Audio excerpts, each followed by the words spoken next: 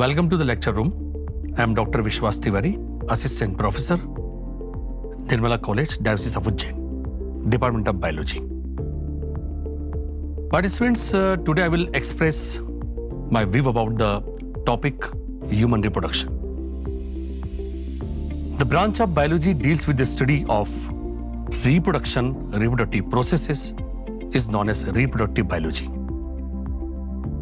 The branch of biology or the medical science deals with the study of the reproductive aspects of the male is known as andrology. And the branch of the biology or the medical science deals with the study of reproductive aspects of the female is known as gynecology. So there are two different branches in the reproduction, that is andrology and the gynecology. My students, as far as concerned about the human beings that belongs to the very specific category higher mammalia. This category, as per the classification or systemic biology, the category is actually the class Mammalia of the phylum Chordata. Mammals are advanced. Mammals or human beings, they are actually multicellular eukaryotes, viviparous organisms. They are craniate, gnathostomatians. So it's the most advanced class. Their body is totally advanced and all the 10 body systems are present. Highly organized body. So mammals, as the name is indicating that the mammary glands are present. So the highly organized body means all the 10 essential body systems are present. Human reproduction, or we can say the reproductive process in the human beings are most complicated process. Human beings are actually annual breeder. There are two categories of the organisms, that is seasonal breeders and the annual breeders. Those, they reproduce in a particular season, like the rainy season or a winter season. There are some category of the organisms, like amphibians, they breeds into the rainy season, for example. But human beings are annual breeders. They breed throughout the year. Mammals or the human beings, they are actually bipedal anthropoids and they are homeotherms. Means they can adjust their body temperature according to the fluctuation of the environmental temperature. As I already told you that there are two categories of the organisms, poikilotherms and the homeotherms.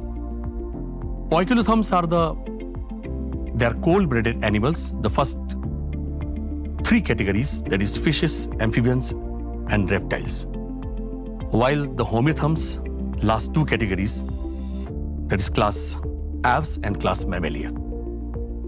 So the mammals or viviparous, there are two different conditions, oviparous organisms and the viviparous organisms. Oviparous organisms means the truly oviparous organisms, they lay eggs. While on other hand, the viviparous organisms, they give birth to the young ones as the human beings. So the body of the human beings, as far as concerned about all the systems, including the reproductive systems, is very, very complicated and the advanced body. Having the complicated systems, organs and their organization, their histological structure, etc.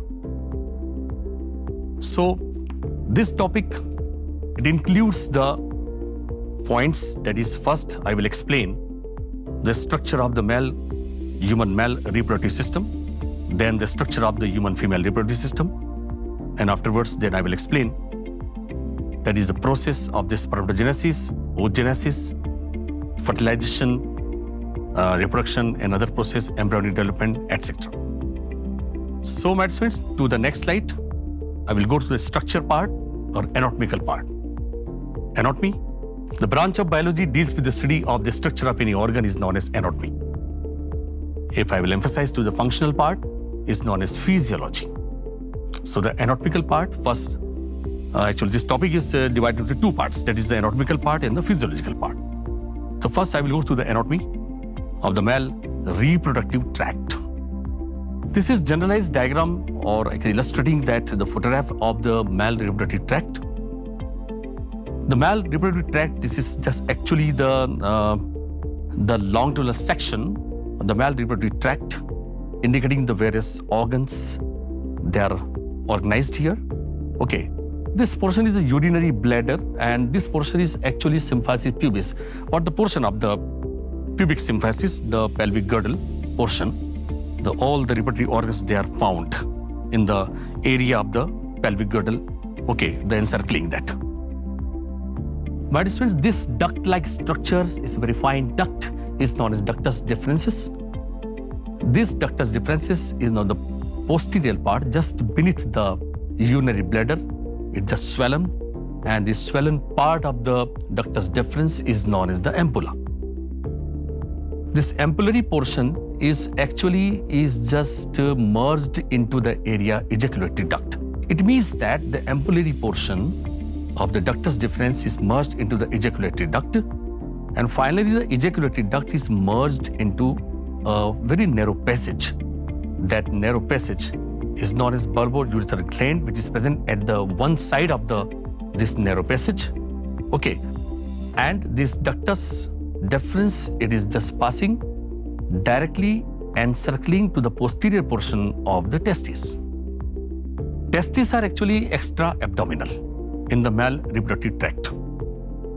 Testes, which is extra-abdominal, means it is found outside the body. There are two categories of the mammals. Some mammalian body, or we can say some organisms, they have the intra-abdominal testes. They're found inside the tissues, inside the body. They're not outside. While in case of the mammals, the testes, they are found in the extra-abdominal condition. So this is extra-abdominal testes. They're elliptical shaped structures. So this is one pair of the testes. They are found into the mammals or the human beings.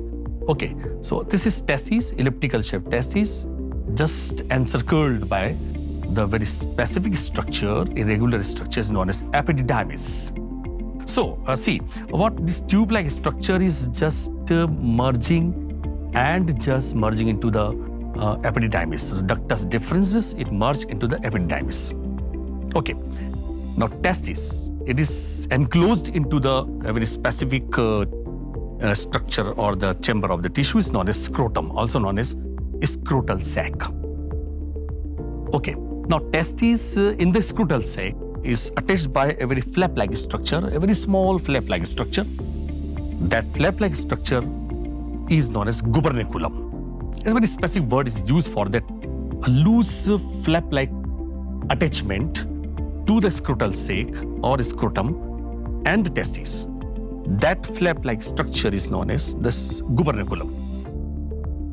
It means that the testis is not totally attached to the tissue of the scrotum. Now, it means that the testis can move freely inside the scrotum. This is what the one flap is only there, is attached to the, we can say, the scrotal sac. The structure is known as gubernaculum. So this is elliptical shaped testis. This is enclosed, it is found or enveloped into the scrotum or the scrotal sac. Now come to this point of this photographs. Okay, bulbourethral gland, this is present here, and prostate gland, it is just to the back side of that bulbourethral gland. There are two glands. There are glandular tissues, they are found in the body. There are various types of the tissues as per the histological aspects. Epithelial tissues and nervous tissues, muscular tissues, glandular tissues. Glandular tissues are slightly different actually. Glandular tissues means they secrete some specific chemical substances. Their specific chemical substances, they are used in the various biological processes. Okay, so their reproductive glands, they are present this part, they are bulbourethral glands. They plays a significant role in the process of the reproduction. Okay, and similarly the prostate gland is also present. It's a rounded gland which is present on the back side of this vas deferens area. Okay. So, Matson, this is the external genital organ. Okay, this passage is known as urethra. See, the male reproductive tract, if we speak, the male reproductive tract is not much very appropriate word, okay, as per the medical science. Actually, the male reproductive system is not male reproductive system, it is a male urinogenital system. Means the excretory systems or the passage of the excretory system and the passage of the reproductive system is same. That's why the word is used, that urinogenital system. Genital word is very much related to the reproduction, and urino, that is urinary system or the excretory system. So the correct word is used for the male urinogenital system. So this is common passage, urethra, and this area of the tissue into the penis is known as corpora cavernosa. Okay, this is complete external genital organ known as penis. It has the two portion. The tip portion is known as glans penis. Okay, the tip portion of the glans penis, which is having the maximum portion, is of the spongiosum tissue, corpora spongiosum. And the glans penis is the tip portion, and the prepuce, the last flap-like structure which is present at the tip of the penis. Okay, so now the posterior portion is up to this mark, corpora cavernosa, penis, corpora spongiosum. So this complete arrangement, the penis, okay, it is attached here by the mesenchymal tissue with the testes. So testes, they are just extra-abdominal in both the side of that, the pelvic girdle, the portion of the pelvic girdle. Okay, they are present. So this is complete arrangement of the male reproductive system or the male reproductive tract. Okay, urinogenital system. Okay, next slide. Now the structure of the female reproductive system, human female reproductive system. This is complete arrangement and the structure of the human female reproductive system. As human beings, they perform the sexual dimorphism, means sexes are different. Their appearance, their structure, organization, everything is different. Okay, so sexually dimorph. We are sexual dimorph. Okay, in other categories of the organisms, or we can say the animals, the identical sexes are there. For example, in fishes, if you will see that male fish and female fish, they are sexually identical. You cannot easily justify that which one is the male, which one is female. So sexual dimorphism means different. Sexes are different. Appearance is different. Their structural part is different, anatomical, physiological, definitely different. So human beings are sexually dimorph. Okay, human beings are unisexual. They are not bisexual. Means sexes are separate, male and female. So come to the point, the anatomical part or the structure of the female reproductive or the urinogenital tract. So the main part of the female reproductive system, human female reproductive system, is the uterus. Why is the uterus? Uterus is actually, it consists of three layers. Outermost layer of the uterus is known as the epimetrium. Middle spongy layer, epimetrium is actually elastic layer. And just beneath the epimetrium, the layer of the uterus is known as mesometrium, which is slightly spongy layer. And the most important and most significant layer of the uterus, innermost layer, is known as the endometrium. Endometrial layer of the uterus, epimetrium, mesometrium, endometrium. Okay, the endometrial layer of the uterus, it plays a significant role in the process of the reproduction, in the menstrual cycle, etc., etc., and in the pregnancy also. So this is triangular part of the uterus. It is same as the male. This is found in the pelvic girdle area. Okay, it is found embedded inside the central portion of this pelvic girdle area. On the both the side, a tube-like structure is arising from the uterus, the left and right. The left one is the fallopian tube, and this is right fallopian tube. The left fallopian tube, also known as uterine tube, just extending or terminated into the finger-like structures. And these finger-like structures are known as fimbriae. Now this finger-like structure, fimbriae, they just covering or shads. Okay, it gives sheds over just the ovary. Okay, so it means that ovaries, they are found in the lower portion of the finger-like structure on the both the side. There is the left and the right. Similar here, or the same organization is present in the both left and right side. So ovary, actually, they are not exactly the elliptical or oval shaped structure. They are slightly the boundary of the ovary, they are irregular because of the presence of the development of the follicles inside the ovary. There are some follicles are very small and some are very big follicles. So that's why the shape of the ovary is not exactly the oval or the elliptical. So ovary is connected by a duct is known as oviduct, which is connected to the fallopian tube. The organization here in the both the side, the one pair of ovaries present. In case of the birds, if I will emphasize to the class abs, the birds, they have only a single ovary. Avian adaptation. Okay, anyway, so here, the ovary or the ovarian portion, see the organization, this is uterus, triangular, this is fallopian tube, and this is the oviduct, and extended portion of the oviduct, terminal portion is having the ovary. Okay, one pair of the ovary. Now come to this part, uterus. Uterus is actually a triangular organ. It's just narrow and then into the next portion, that is known as the endometrial portion. This one is this total muscular. The inner wall of the uterus is endometrium. It is muscular wall. Extensive amount of the blood capillaries, they're found embedded into the endometrial wall. Okay. Now, the next portion here, this is isthmus of the uterus, means junctional portion of the uterus. The junctional portion of uterus to the vagina. The vagina and this portion, and this is the junction of the vagina. Clear? Okay. Now, at the junction, a very small structure is present. Okay. That is what the clitoris, it is present here. And this complete junctional portion of the uterus with the vagina is known as cervix. This is cervix. Okay. The vaginal portion is that the last portion of the, can say, the extended portion of the female reproductive system. And this is what the cervical canal is there. And it opens into the outside the orifice is known as the vulva. So, my dear friends, there are Bartholin glands, they are also present, the reproductive glands, and this complete overall the structure of the female reproductive tract. Okay, come to the next slide. Okay, the anatomical part. My dear friends, this is section of the testes. The section of testes shows or it illustrating the rounded structures, seminiferous tubules are there. These are the rounded seminiferous tubules. They are present inside the testes. The number of the seminiferous tubules which is found inside the testes is not fixed. It depends on the size of the testes. Okay. So these seminiferous tubules, it also the shape of the testes also depends on the height and health of the person. Clear? Okay. So the number of the seminiferous tubules which is found inside the testes is also depends on the size of the testes. Okay. So it means that the number of the seminiferous tubules, they are not fixed in the testes. Testes, as per the histological structure of the testes, my dear students, the histological structure of the testes, it includes a very specific arrangement of the tissue. Okay. The outermost layer of the seminiferous tubule or this structure is known as germinal epithelial tissue. Okay. And inner the finger-like structures, the directed inwards. Okay. These finger-like structures are actually known as the cells of Sertoli or the Sertoli cells.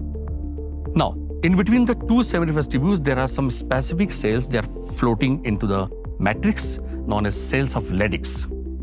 Okay.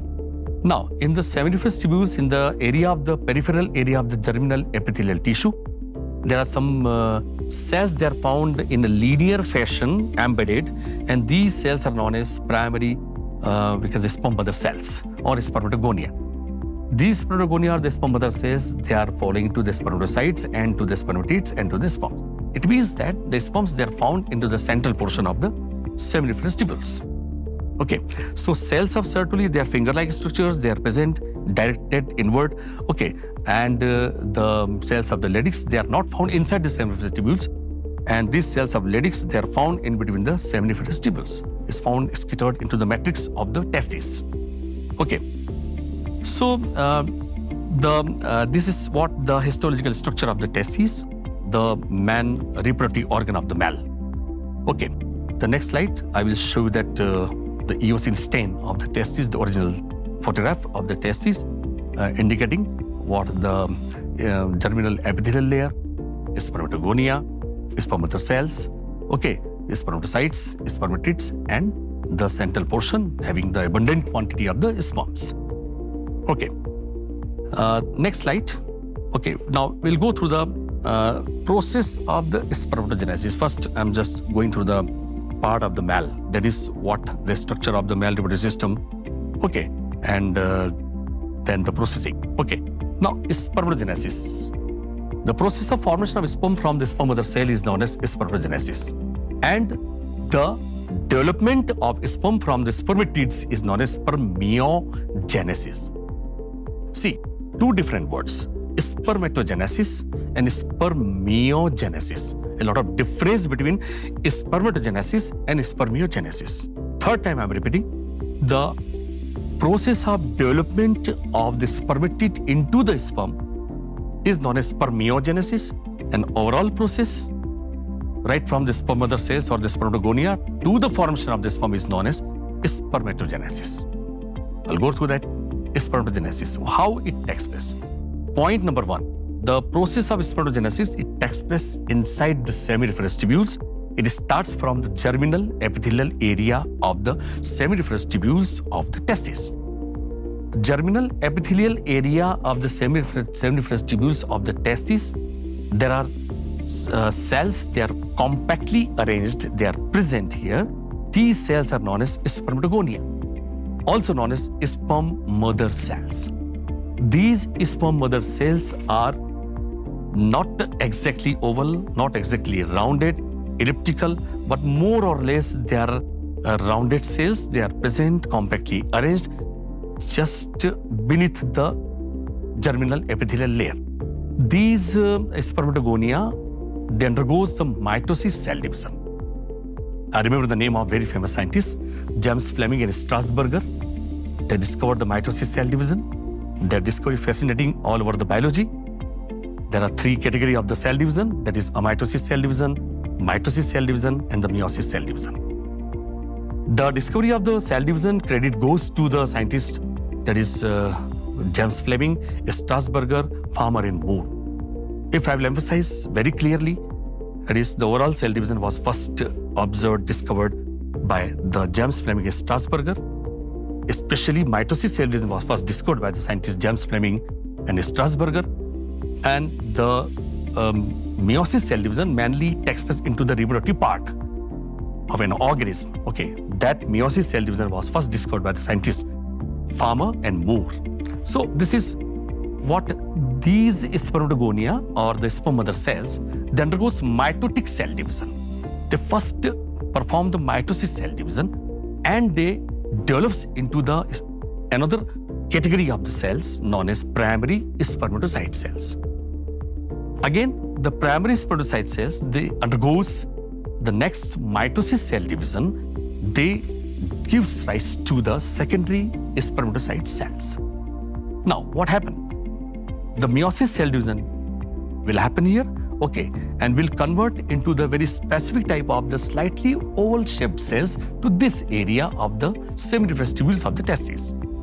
These oval-shaped cells are now they are known as the spermatids. Okay, now what is the sequence? Again, I'm just going through that. Okay, see, sperm mother cells, also known as spermatogonia, after the first mitosis cell division, okay, it gives rise to the primary spermatocytes. Again, the second mitosis cell division, then secondary spermatocytes. Now, secondary spermatocytes will develop into the spermatids through the meiosis cell division. Okay, and now these spermatids are not actually rounded like the spermatocytes.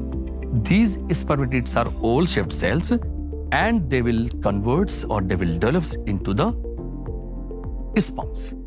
So, the abundant quantity of the sperms, they develops into the central portion of the seminiferous tubules. The sperms, they always develop into the center or the central portion of the seminiferous tubules. These are the sperm, actually. What is a sperm? If I will explain the structure of the sperm is having actually three parts.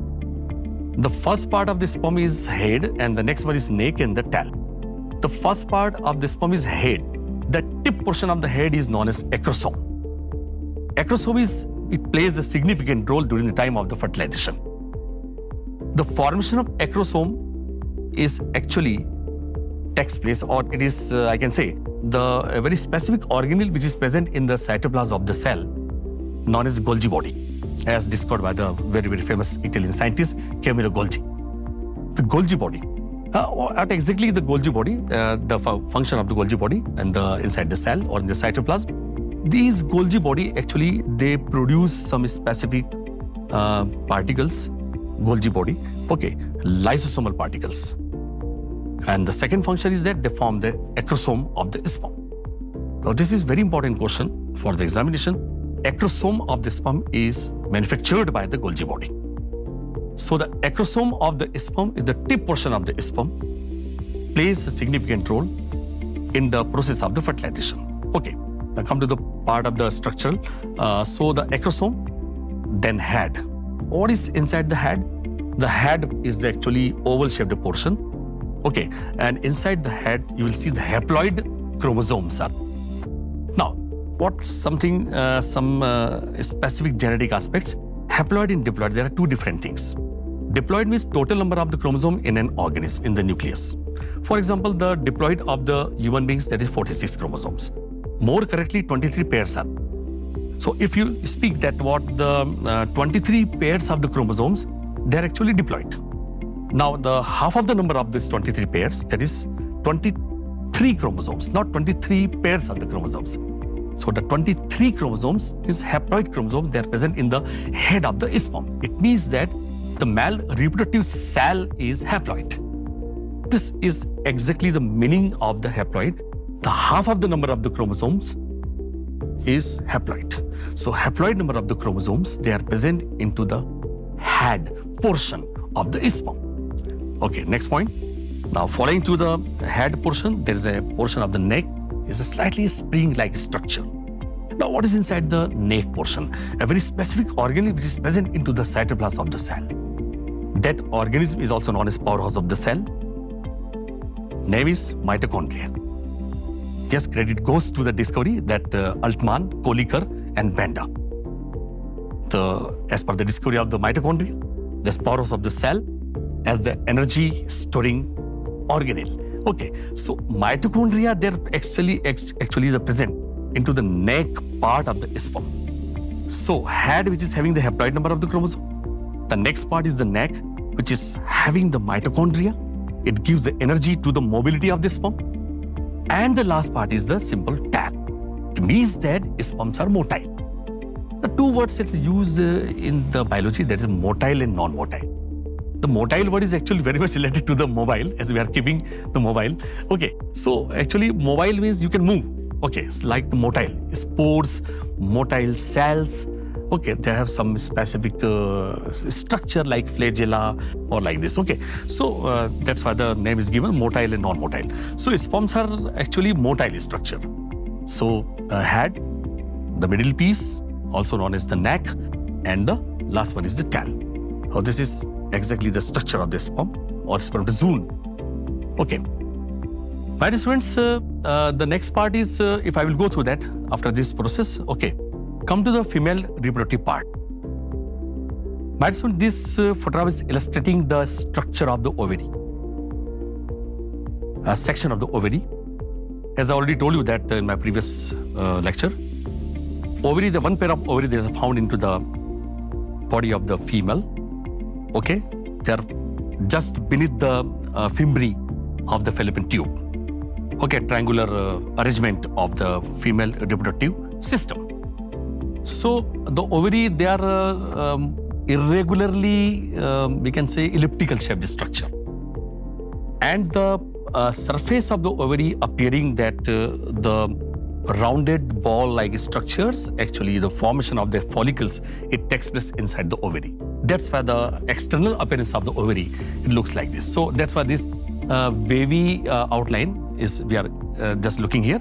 Okay, now come to the part. Okay, the ovary, the outermost tissue is known as germinal epithelial tissue. The external tissue is known as germinal epithelial tissue. Okay, I will show that another the histological diagram. This is more currently. This is germinal epithelial area of the ovary, peripheral portion of the ovary. Okay, the inner portion, the matrix which is present inside the germinal epithelial area is the stroma, which is present here. The small follicles, they are forming, okay, in a particular time period. Okay, that I will tell you in the menstrual cycle. Okay, these follicles are actually present here. The small follicles, they develops gradually. These follicles develops into and they attains the size. Okay, primary follicles. That is, there are two types of the follicles. First, the primary immature follicles. The primary first immature follicle, primary second immature follicles. The primary first immature follicles develops into the second immature follicle, that is primary immature follicles. Afterwards, these secondary immature follicles, they develops into the first mature follicles. The first mature follicles will develop into the large follicular structure. Okay, it gives the appearance, external appearance to that rounded appearance. Okay, at some places of the tissue. Okay, so these follicles are known as actually the secondary mature follicles. So immature follicles develops into the mature follicles. So there are first primary immature follicle, then secondary primary immature follicle, secondary immature follicles, then the first mature follicle, and then second mature follicle. Now the second mature follicle will also known as Graafian follicle. These Graafian follicle having a very specific structure, okay, rounded ovum which is present in a particular portion into, not in the exactly into the center. This is ovum and surrounded by a layer is known as theca. This theca layer and a liquid is there, okay, my dear students, a follicular cell is there, a follicular liquid is there, okay, cortical stroma or cortical stromal layer is there. Now, the outermost layer surrounding to the ovum of the Graafian follicle is known as membrana granulosa. This membrana granulosa, okay, and itself the ovum is surrounded by the layer is known as corona radiata, okay. Now, the disc-like structure or appearance known as discus proligerus, okay, and the follicular cavity is present, okay. Now, this is completely matured follicle, also known as the Graafian follicle. This Graafian follicle, the ovum is ready to release, okay. Now, Graafian follicle ruptures. Rupturing, the process, the outermost wall or the theca wall, it just ruptures, and the ovum and the follicle remain as such, and the remaining follicle is known as a very specific structure of the ovary is known as corpus luteum. By this means, corpus luteum is having a yellowish fluid inside. Hormone is there is known as progesterone hormone. It means that the progesterone hormone is secreted from the corpus luteum of the ovary, this structure, okay. Afterwards, the corpus luteum develops into a spongy, a wavy follicular structure is known as corpus hemorrhagicum. Certain amount of the blood which is we can say found inside the corpus hemorrhagicum, that's why the name is hemorrhagicum, the word is used here. The corpus hemorrhagicum, then this follicle is just obliterate, okay, gradually, okay, and the remaining structure is known as corpus albicans. So see the sequence of the follicular development inside the ovary. Number one is first primary immature follicle. Number two is secondary immature follicle. Next one is first mature follicle. Next is second mature follicle, also known as Graafian follicle. Afterwards, the formation of the corpus luteum, then into the corpus hemorrhagicum, and then corpus albicans. This is this exact sequence of the formation of the follicle inside the ovary. So, my dear students, blood, the corpus hemorrhagicum, the word is actually blood, it clots inside that. That's why the name is given to the corpus hemorrhagicum. Now this ovum, after rupturing that follicle, the ovum releases through this passage, mesovarium, to the oviduct and finally to the fallopian tube. So this is the regular process, a natural process. It takes place here. Okay, this process actually having a not exact time period, but more or less in the every 28 days of the month, it takes place here. Okay, the release of the ovum and there are others, so that I will explain, okay, in the menstrual cycle. So, my dear friends, if I will go to the physiological part of the human reproduction, the physiological part, before going through that, the a specific, we can say physiological part as far as concerned about that, the formation of the sperm inside the testes, if I will emphasize to the male part, the formation of the testes and the, we can say, a liquid seminal fluid, the liquid of the bulbourethral gland and the liquid of the prostate gland is just mixes and sperms, and inorganic and organic salts, non-metallic and metallic compound, they're also present. Okay, this is the complete liquid is known as semen. Semen, that it is, we can say, watery liquid, slightly whitish, okay, having abundant quantity of this. Okay, now come to the female part. Okay, the ovum along with the ovarian fluid, okay, it releases, okay, yellowish sticky fluid which is present. It is just passing through the fallopian tube, okay, and the junctional portion of the oviduct and fallopian tube into the, we can say, uterus. Now here, a very specific cycle, the name is menstrual cycle. Okay. Also known as MC period or the menstruation. How the menstruation takes place. During the time of the menstruation, before going through the menstruation, I will tell you something about the hormonal aspects of the reproductive system in the both male and female. Okay. My dear student, okay. Hormonal aspects, the male reproductive hormones, they are mainly classified into two categories. Number one is, that is androgen and the testosterone. Androgen is responsible for the secondary sexual characteristics in the man, including hairs on the body, okay, bald, okay, the complete area, the hairs on the face, heavy voice, and aggressive behavior. Collective action or synergistic action of the androgen and the testosterone hormone, it decides the character of maleness or the masculine character. So the character of the maleness or the masculine, it is synergistic action or decided by the synergistic action of the androgen and the testosterone. And they are very active. It's attaining the age of the 15, 16, 17, 18 year of age. Clear? So that these hormones are at the peak. Okay. So secondary sexual characteristics of the male, they're under the influence of these two hormones, that is androgen and the testosterone. Okay. On the other hand, on the female, what the female part can say, that is there are two hormones similar as the androgen and the testosterone. Here also estrogen and the progesterone. Estrogen is responsible for the secondary sexual characteristics in the female. These secondary sexual characteristics in the female includes the sharpening of the voice, hairless body, and the body contour and the change in the calm and quiet behavior instead of the aggressive behavior. What happened actually, the hormone in the male, that is testosterone and androgen hormone, they are under the influence of a very specific gene.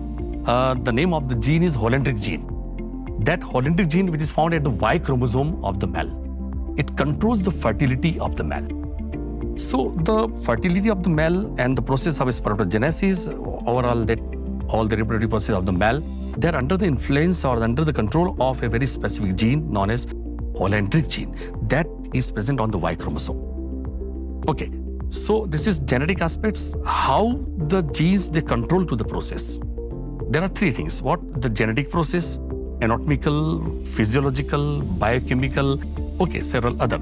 So these hormonal or the hormones of the reproduction, the male hormones, androgen and the testosterone, or the female hormones, estrogen and the progesterone. Now come to the female part. So estrogen is responsible for the secondary sexual characteristics of the female, and progesterone is at all related to the pregnancy. It's a very specific feature in the mammals, higher mammals. As anemniotes and amniotes, there are two categories of the mammals. Okay, so the progesterone, very correctly is pregnanediol, as chemically is known as. Here in estrogen also, that is estradiol. Okay, so they are very specific steroid hormones. Okay, and the progesterone hormone, it totally controls the 9 months of the pregnancy. There are 3 trimesters of the pregnancy: first, second, and third trimester of pregnancy. Okay, so these hormones, beside this, several other hormones, they also plays a very significant role in the process of the reproduction, fertilization, development, etc. Like HCG, human chorionic gonadotropin hormone. Okay, this hormone is actually released from that placental portion, okay, during the development. HCG, luteinizing hormone, also plays a very specific role in the process of the menstruation or the menstrual cycle period. Okay, these are the hormones and several other that I will explain through the explanation. Okay, if I will go to that the menstruation and other processing. Okay, so my dear students, the processing of the menstruation or the menstrual cycle. What happened actually in the menstrual cycle? Not exactly, I can say, that is the 24 to 28 days of every month. The processing, repeated processing in every month, if the physiological, biochemical conditions of and the environmental conditions are in the favor or the favorable conditions, then this cycle Okay, it happens normally, okay, in every 28 days, the gap of the 3 to 4 days of the period. Okay, so what happened into the 3 to 4 days of the period? What the ovum releases gradually along with the ovarian fluid into the oviduct and then into the fallopian tube. Finally, they just reaches up to the junctional portion of the fallopian tube and the uterus. Now, what happened? The inner endometrial wall of the uterus is actually highly muscular wall and having embedded extensive amount of the embedded blood capillaries. So, by the action of the estrogen hormone, okay, what happened? Undulating movement takes place into the endometrial wall of the uterus. This undulating movement, it takes place very fast at that particular time period. So what happened? The ovum is at the junctional portion, or we can say at the anterior portion of the, we can say, what is that, the uterus, okay, expecting the entry of the sperm or expecting the sperm for the fertilization. But if there is no sperms into the uterus, so what will happen actually? The ovarian fluid and the ovum and due to the undulating movement of the endometrial wall of the uterus by the influence of the estrogen hormone, what will happen? The scraping and the release of the blood along with this fluid, it releases out from the vagina for the 3 to 4 days. This is actually liquid is known as menstrual fluid. And the process is menstruation and the cycle is known as menstrual cycle. So this is absolutely under the influence of that, what the estrogen hormone plays a key role in the menstrual. Several other hormones, they're also included, and some biochemical substance also involved in this process. Okay, so this is what actually the menstrual cycle or the menstrual period. This is natural cycle or period. It happens into the female if the conditions are normal. There are several complications just related to the reproductive process or reproductive life, I can say. Anyway, so my dear students, menstruation, spermatogenesis. Now come to the part, the female part, that is how the formation of the ovum takes place, how the oogenesis takes place. Oogenesis means the formation of the ovum from the ooh mother cell is known as the oogenesis, what that the process similar to the spermatogenesis. But the quantity of the sperm with comparison to the ovum is very high. The ratio is very high. I can say that is approximately 90-10 ratio. Okay, so 90% of the sperms are forming, only 10% of the ovum is forming. Okay, so the ovum, that is the process is same. What is the sperm mother cells? So similar, you can speak here that what the ooh mother cells, then undergoes the mitosis cell division, then the primary oocytes, then to the secondary oocytes, then to the ootids, and the ootids will develop into the ovum. But some polar bodies are also forming, and so the quantity of the ovum is very less with comparison to the sperm. Now here, ovum, the structure of the ovum, as I already explained the structure of the sperm. The structure of the ovum, it is very specifically, it is surrounded by that zona pellucida, zona opaca, and some wavy layers, okay? And inside the nucleus and haploid chromosomes are there. As the sperms are also having the head part of the sperm is having the haploid chromosome. Similarly, the ovum is also having the haploid chromosomes. So, see, the haploid chromosomes of the sperm and haploid chromosomes of the ovum. During the time of the fertilization, sometimes I'm going through that, the process, okay, how it takes place after some specific process of the reproduction. Okay, anyway, this is actually the formation of the diploid by the two haploid conditions, sperms and ovum. Okay. So this is what the structure of the male reproductive system, structure of the female reproductive system, spermatogenesis, oogenesis, and the what is the structure of the sperm and the structure of the ovum. Now come to the next part, the process of reproduction in human beings. As I already told you that human beings are viviparous, means they give direct birth to the young ones instead of laying eggs. Okay. And human beings are homeotherms. They are annual breeders. Okay, so the process of the reproduction is not exactly the approximate time period. It is 30 to 40 minutes. Now, what happened in the 30 to 40 minutes? What are the steps? Okay, first one is the orgasm, then copulation, and then fertilization. In the orgasm, what happened? Due to the influence of the estrogen in the female and the androgen into the male, part, okay, the influence, the temperature of the body increases, and what happens that the sexual excitement, just the resulting into the erection of the penis and the entrance of the penis into the vagina, okay, it's just at to the climax condition as the copulation, the process of the copulation, okay, the release of the semen takes place into the vaginal portion. Now, semen is inside the vagina. What happened? Sperms in the semen, abundant quantity of the sperms, they are found into the semen. These sperms, as per the study and the investigations, they can survive approximately up to the 48 hours, means 2 days, inside the liquid of the vagina. The vaginal liquid is actually alkaline in nature, and the spermatic liquid, I can say semen, is acidic in nature. This is the pH values as per the investigations. Okay, it's not exactly there, okay, that pH of the liquid or the biological liquid, they are present inside the body, they are just changing according to the conditions and food habits, whatever may be. Okay, so what happened actually, the sperms, they are inside the vaginal fluid. Now they are in the vaginal fluid. Okay, as I already told you that sperms are motile, so they move a very short journey right from the vagina or to the uterus or terminal portion of the uterus where the fallopian tubes and uterus is connected. Okay, so the sperms are moving into the liquid, they move, and plenty of the sperms, they just attack on the peripheral portion of the ovum. Okay, but not all the sperms are entering into the ovum. This is what is this process? Actually, a word is a very specific word, capacitation. Capacitation means not all the sperms are productive. Not all the sperms are very powerful to enter into the ovum. Only 1 or 2 sperms, as per the condition. What are the condition of the 2 sperms, that I will tell you later on. The 1 sperm is having the capacity to enter into the ovum. Now what happened? Biochemical events during the process of fertilization. Now fertilization will start. The process of fertilization, it takes place at the junctional portion of fallopian tube and the uterus, not in the center of the uterus, not at the top of the uterus, not at the junctional portion of the vagina and the uterus. Okay, this is very important point. It takes place at the junctional portion of the fallopian tube and the uterus.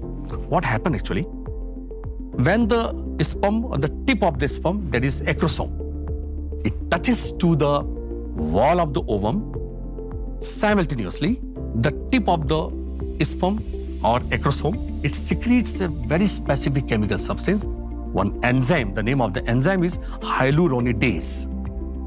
Okay, next one is acid is also secreting, is known as, the name of the acid is hyaluronic acid.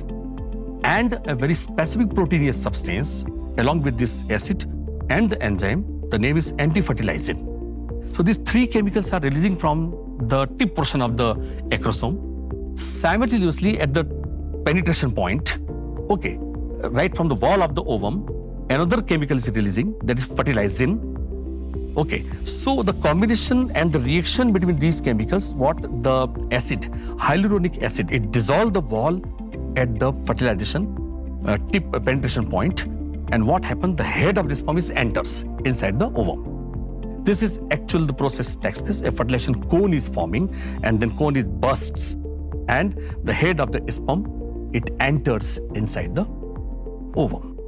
Now the haploid number of the chromosomes of the sperms, they are inside the ovum.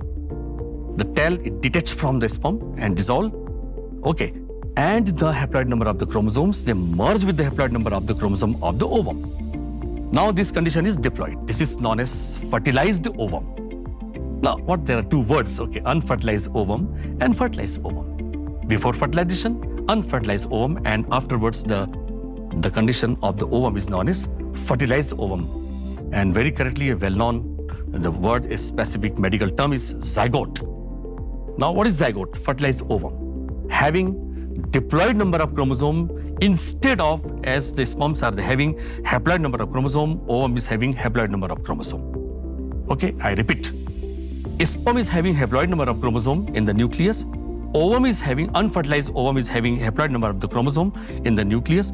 After fertilization, after this biochemical event, it takes place in the 48 hours as I already told you, in the vagina of the female at that junctional point.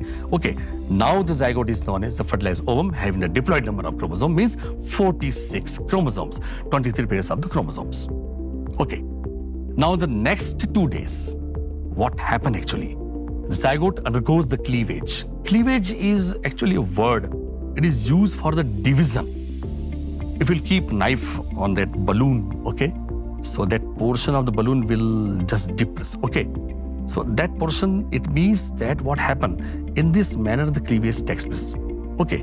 So the cleavage is multiplication division. The cells, if I will explain the portion of the zygote, the anterior portion of the zygote is known as animal pole area. The posterior portion of the zygote is known as vegetal pole area. Clear? Okay. Come to the next slide. Okay, I will explain with the slide. Okay. So I will explain each and every point. Okay, what the embryonic development after the fertilization. Okay. So zygote. The anterior portion of the zygote is animal pole area and the vegetal pole area. In the animal pole area, whatever may be the development of the future embryo, it takes place to the animal pole area, not to the vegetal pole area. The vegetal pole area is actually the portion of the yolk. I know that what the human beings are not oviparous organisms, they are viviparous. Okay, so negligible yolk formation takes place. Okay, it's not the meaning that there is no yolk. Okay, but negligible. Okay, so that I will explain during the time of the explanation of the placenta. Okay, anyway, so anterior portion of the zygote is animal pole area, where the multiplication division takes place, that is cleavage. And after the multiplication, the cells of the 200 to 300 cells, they are forming to the area. Now these 200 to 300 cells, approximately a solid ball-like structure is forming. Okay, for a very, very short time period, fraction of the second short time period, it is not mentioned into the books of the medical science, that is morula stage, but directly the mention is a blastocyst. But this is not blastocyst. The solid ball-like structure is uniform cells are there, compact cells are there, and it immediately converts into another structure as the diagrams are indicating. Okay, come to the diagram. Fertilization process is over, and this cleavage, division, after the compaction of the tight cell junction, the cells, they become compact, and afterwards the differentiation takes place, means the cells, now the two different type of the cells, they are organized or developed inside the area formation. Now cavitation. Cavitation means the inner cell mass, it just just merge into a particular portion surrounding to the outer cell mass. The outer cell mass, as yellowish, this appearing yellow, okay, is known as trophoblastic area. Now this trophoblastic area and the reddish area is the inner cell mass. Is it clear? Okay. To the next point, the bilaminar disc formation, it takes place. The outer cell mass, trophoblast, it undergoes repeated cell division very fast. Okay. And the formation of the bilaminar disc, it takes place in the inner side and outer side the cells in this manner. So in the 6 to 10 days of the pregnancy period, the first trimester of the pregnancy, or the implantation in the wall of the uterus takes place. This is the process of the implantation. This takes place here. Okay. The next to the cell mass or the differentiation. Differentiation, it undergoes differentiation. There are 3 types of cells are developed after differentiation. The outermost cells known as that is the epiblast cells, hypoblast cells, and the trophoblast cells. So the outer area, the yellowish cells are trophoblast area. The inner reddish cells, there are 2 different cells. Okay, epiblast and hypoblast cells means embryonic part, the inner part. Okay, having the 2 differentiation of the cells, epiblast and hypoblast, surrounded by trophoblastic layer. Okay, next, this is complete formation, implantation, uterine epithelium cells. They are elongated cells, compactly arranged. They are forming into the uterus area, and the formation of the implant, this type of cells. Okay, the next one is the zona hatching. What happened? Now from this portion, the complete cell mass is emerging out. Clear? And the mesodermal formation, the cells differentiation and mesodermal cell formation is takes place. A very specific structure is developing first, that is from the gastrulation. There are ectoderm, mesoderm, endodermal layer. As we know that the ectodermal layer of the gastrula, it develops into the nervous system, or mesodermal area is developed into the circulatory system. So ectomesodermal area, they are very active during the time of the embryonic development, and first the formation of that the neuronal part and the circulatory system, it takes place here. Okay, so previous tract, the formation of the previous tract, and the outermost trophoblastic layer, it shows that the branch-like structures known as trophectoderm, and surrounded by the layers, that is chorion, amniotic sac, and exocoeloms, they are forming here. Now what happens to the next? The amniotic sac enlargement takes place, and the inner hypoblast and trophoblast, they develops into the very specific organization. Now, organization inside this is also known as the embryogenesis and organogenesis. Means the formation of the organs into the embryo, that is organogenesis. Okay, embryogenesis and organogenesis. The formation of embryo from the zygote, embryogenesis, clear, and the organogenesis. Okay, so the organogenesis, it includes the formation of the umbilical cord and the formation of the two different tissues, maternal tissue, that is uterine tissue, and the embryonic tissue. Now, at the top of the uterus, or the junctional portion of the uterus, okay, isthmus of the uterus, okay, I will show that what happened actually in this photograph, as I told you, that the structure of the female reproductive part, okay, the tract, this is isthmus, this is top portion of the uterus. What the implantation after that? The uterine tissue or the maternal tissue, it merge with the embryonic tissue. So there are two different tissue, they merge with each other. Clear, syncytio trophoblastic area is forming here. The syncytio trophoblastic area is forming, means two different tissue, embryonic tissue and the maternal tissue, they are mixing. It means that whatever may be the physiological fluids, liquid, blood is just passing through this structure. So in between this structure is known as the placenta. It's a very specific word, placenta. Placenta is what type of the placenta which is found in the human female? This is very important question for the examination or from any quiz or inquiries. Okay, there's a specific term which is used during the time of the reproductive processes. That is, as already explained, that the release of the ovum from the ovary is known as ovulation. Here, implantation is I use the word here. Okay, that is at the portion of the uterus, and afterwards that I will explain.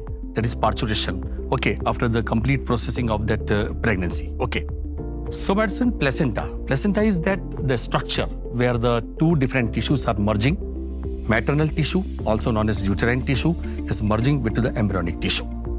That portion or the junctional portion of the uterus, this two tissue is known as syncytio trophoblastic area. It releases a very specific hormone is known as HCG, human chorionic gonadotrophic hormone. The human chorionic gonadotrophic hormone, along with the progesterone hormone, it plays a significant role during the time of maintenance of the pregnancy. The first trimester of pregnancy is under the influence of the estrogen hormone, where the chances of abortion, if the conditions are not normal, can be, or into the second trimester, okay, if the conditions are normal, means the concentration of the estrogen is proper, then there is no problem at all. But if the concentration of the estrogen is very high due to any disturbance in the physiological condition of the female or the pregnant lady, okay, so it can lead to the abortion of the conceptus.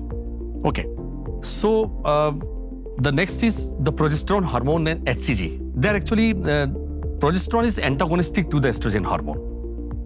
Progesterone hormone is totally the level of the progesterone is increasing, means the pregnancy is maintained. This is maintenance of pregnancy. This is the sign of the maintenance of the pregnancy. If the level of in the second trimester of the pregnancy, if the level of the estrogen is increasing abnormally, then it's not the good sign. Okay, it can damage to the fetus also. So in the first trimester, okay, the first initial phase of the first trimester of the pregnancy, the level of the estrogen is required. And the level of in the first trimester or the first phase of the first trimester of the pregnancy, the level of the progesterone is very less and the level of the estrogen is very high. You see the hormonal balance during the time of the embryonic development and the reproductive processes. This is very important. Endocrinology. Remember, that is the branch of the biology deals with the study of the endocrine glands and the hormones is known as endocrinology. There are several hormones, they are working in our body There are several chemicals, they play a significant role, vitamins, hormones, enzymes. There are 3 different chemicals, they have their different nature. As the enzymes, they have the very high molecular weight. The hormones, they totally used up and secreted from the glandular tissue area, whatever may be. Okay, so my students, so endocrine aspects. As I'm going through the endocrine aspects of the reproduction. Okay, so in the first trimester of the pregnancy, the level of the estrogen is high and the level of progesterone is less. In the second trimester to the last portion, means the last phase of the third trimester, the total 4 to 5 months, the level of the progesterone is very high and the level of the estrogen is negligible. Secondly, human chorionic gonadotropin hormone, it plays or it functions along with the progesterone hormone. It helps to the progesterone hormone for the maintenance of the placenta and for the maintenance of the fetus inside the womb of the female, the uterus of the female. So now that the formation of that, come to the next slide. Okay, come to that slide again. Okay, yes. So now this is very clear that up to the amniotic sac enlargement, the formation of the embryogenesis and the form about that embryogenesis and the organogenesis. Come to this slide, my dear friends, in the womb of the female. The formation in the second trimester of the pregnancy and the third trimester of pregnancy due to the effect of the progesterone hormone, what the development of the fetus takes place. Enlargement of the forehead area, formation of the spine, where due to the division or due to the formation of the ectodermal area, as I already told you that, okay, the ectodermal, the neural crest is forming, pubic tract is forming, clear. And the formation of the spine, formation of the spinal cord, the complete area, and the formation of the two-chambered heart, fetal heart. So embryonic heart is two-chambered heart, and afterwards that becomes the four-chambered heart. So the sequential stage into the second trimester to the third trimester of the pregnancy, the development of the embryo into the fetus takes place. Embryo actually is the developing conceptus, and fetus is developed conceptus. So fetus means high, completely organized body, miniature of the adult, clear inside the womb of the female. To fetus, okay, umbilical cord, it is connected to the placenta as the blood circulation, through the blood circulation, umbilical artery and vein is passing through the umbilical cord. So the nutrients they are, and the blood, they are passing through the umbilical cord to the fetus. Clear. This is what the name of the placenta is, hemochorial placenta. So monodiscoidal hemochorial placenta, what the physiological function? So whatever may be the circulation, excretion, respiration, the process is through the placenta. In other organisms, what the oviparous organisms, the egg, they laying eggs, development of egg takes place, hatching of the eggs takes place. But here that the condition is totally different because human beings are the viviparous. Okay. So what the development of the complete conceptus or the fetus inside the womb of the female takes place, complete 9 months of the pregnancy. Now this fetus is fully developed. What happened actually during the time of the parturition? Now this word is very important medical term. It is used as implantation, parturition. Clear. Parturition means delivery process. There are 2 processes, cesarean delivery and normal delivery. Okay. So what cesarean? The conditions, as per the conditions decided by the gynecologist, as per the condition of the pregnant lady, okay, the cesarean delivery, it takes place, okay. But in the normal conditions, okay, the process of the parturition is actually the mechanical process of the parturition. Here, what reflex action takes place. The name of the reflex action itself, it is just unknowingly, it is just performed by the fetus, known as fetal ejection reflex. The fetal ejection reflex means the fetus itself just is give the force just to just for the mechanical, we can say, delivery or the normal delivery from the vaginal orifice. Okay, with a lot of pain. Now, as for the condition, this is the second life of the pregnant lady. Okay, I can say. So, because the condition, if you will decapitate any person right from here, okay. So, as per the investigation, that is what is the, we can say, measurement of the pain at the time. That is approximately 6.5 doles. A dole is the unit of the pan. Clear? And then during the time of the normal delivery and the parturition, the condition, or we can say the pain, if you will measure that, is 11.5 dole approximately. A lot of pain. It is tolerated by the female. So this is a pregnant lady.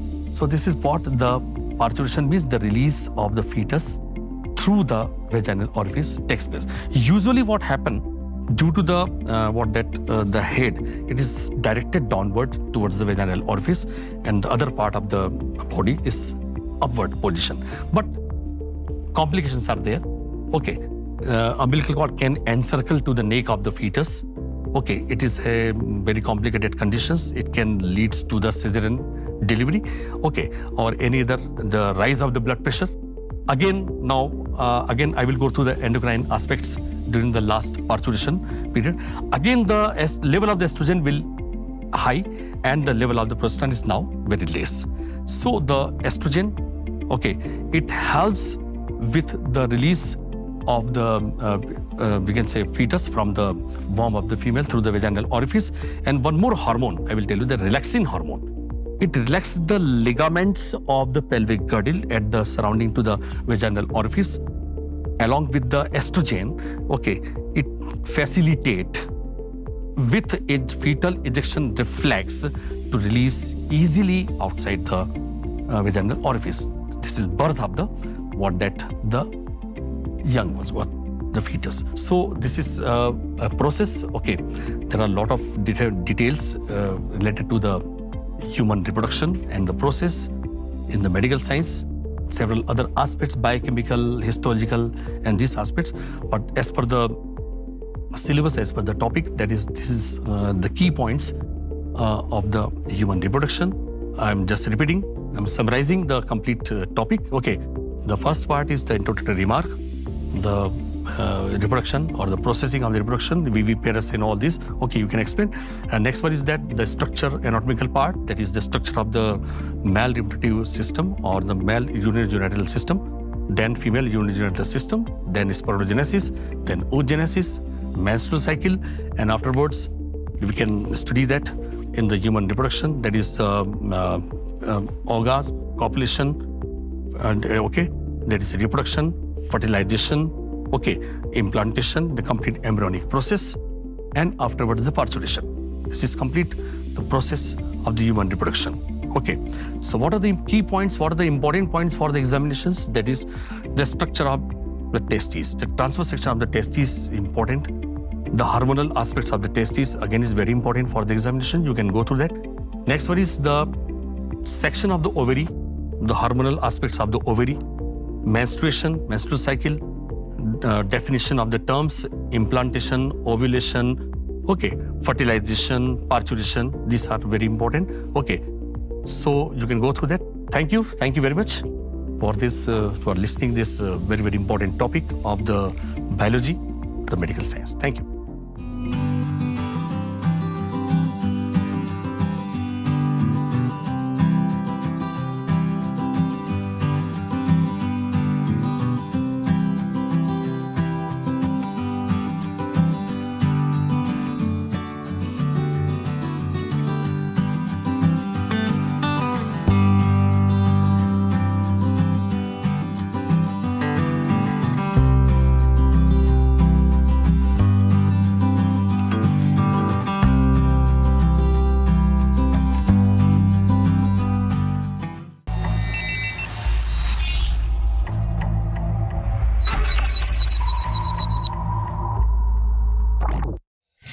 For latest videos and updates, like, share and subscribe. For instant notifications, press the bell icon.